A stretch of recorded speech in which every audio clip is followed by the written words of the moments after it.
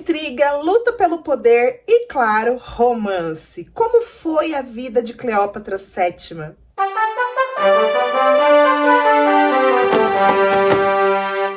Olá, curiosos, tudo bem com vocês? Neste vídeo, como eu já bem falei, falaremos sobre uma das Cleópatras.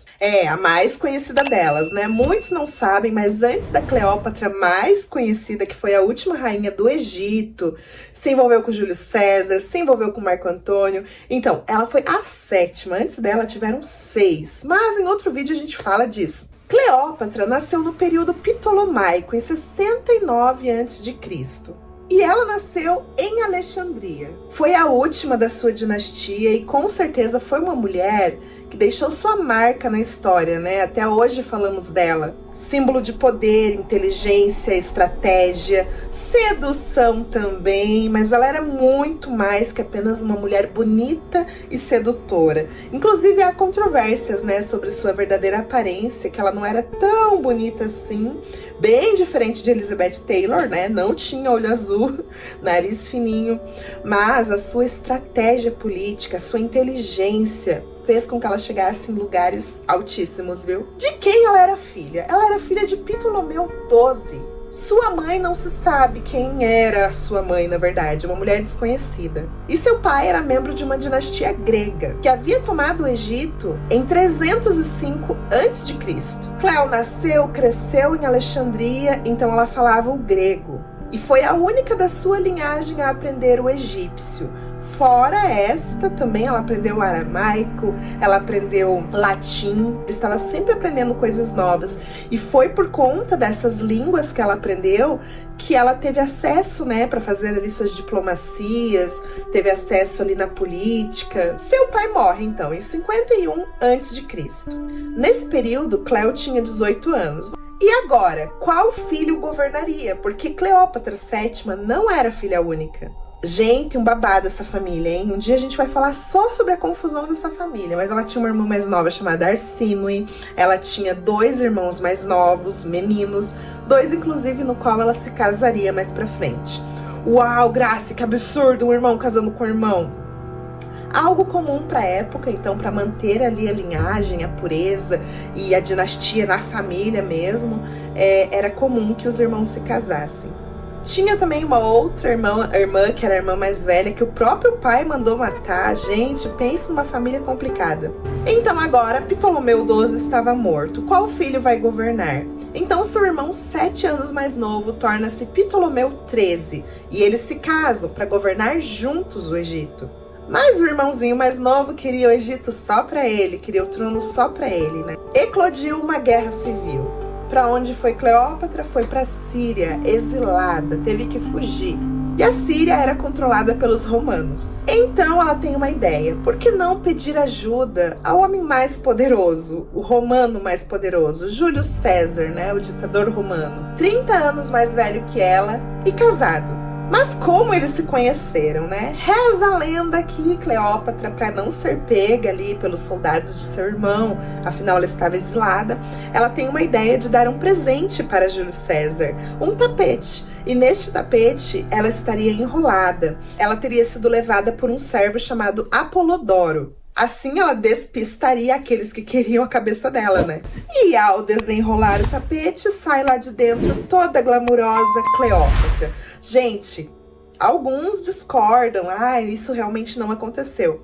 Se tratando de Cleópatra, da inteligência e da estratégia dela, eu acredito que sim, isso aconteceu. Você vai entender quando eu falar de quando ela conheceu Marco Antônio. São muitos detalhes ali impressionantes que ela usou para realmente chamar a atenção. E ela conseguiu. Então, claro que Júlio César ficou atraído por ela. Poxa, do nada uma mulher sai de um tapete. Ele ficou sem palavras, o que era ruim para a esposa dele. E eles tiveram um filho, né? Começaram um romance, um relacionamento, e nasce um filho desse relacionamento, Cesarião. Filho este que, na verdade, Júlio César nunca reconheceu. Agora, Cleo estava muito forte. Afinal, o ditador Júlio César estava ao seu lado. Em 47 a.C., Ptolomeu XIII, seu irmãozinho, se afogou no rio Nilo. enquanto fugia das tropas de César, né? Afinal, César estava do lado da Cleo. Cleo volta então para retomar o trono. Mais rápido que a velocidade da luz, também se casa com o irmão mais novo, que na época tinha 12 anos, e se tornou Ptolomeu XIV, que mais tarde também morreria, e dizem por aí as más línguas que foi a própria Cleo que matou ele envenenado. O relacionamento com Júlio César durou até a morte dele, que foi em 44 a.C., seu assassinato, na verdade. Agora, com a morte de Júlio César, tinha um outro homem mais poderoso em Roma, Marco Antônio. E eles se conheceram em 41 a.C. E olha só como foi a chegada dela a Tarso, na Turquia. Ela chegou vestida de Afrodite. Num barco dela, as velas do barco dela estavam perfumadas, para chegar o perfume dela antes mesmo dela chegar até Marco Antônio. Então, vestida de Afrodite, que era a deusa grega do amor, ao som de flautas e alaúdes, gente. Olha que show, olha que espetáculo que ela armou. Os meninos ali no barco estavam vestidos como Cupido, e ela era abanada por plumas de avestruz. Uma verdadeira rainha, né? Bom, ela com certeza chamou a atenção dele. Mas ele também era um homem casado. Só que diferente da esposa de Júlio César, a esposa de Marco Antônio fazia vista grossa para as infidelidades dele, sabe? Eles se relacionam, se tornam amantes, eles têm 3 filhos juntos. Ele também concedeu a Cleo o título de Rainha dos Reis, e a Cesarião ele deu o título de Rei dos Reis. Isso aconteceu em 34 a.C. Então, Cleópatra teve 4 filhos no total, né? 1 com Júlio César, que nunca foi reconhecido, e 3 com Marco Antônio. E o Egito passa a ter muita influência de assuntos romanos. E Marco Antônio e Otaviano, que outrora eram aliados, eram parceiros, na verdade foram 10 anos de conflito entre os dois. E uma delas foi a Batalha Naval de Ácio. Nessa batalha que teve a derrota de Marco Antônio e Cleópatra. Otaviano, quem era Otaviano, Grace? Ele era simplesmente o herdeiro de Júlio César. Ele não era filho legítimo, Júlio César adotou. Em Roma eles tinham muito costume de adotar. Então de um lado tinha Marco Antônio, do outro lado tinha Otaviano.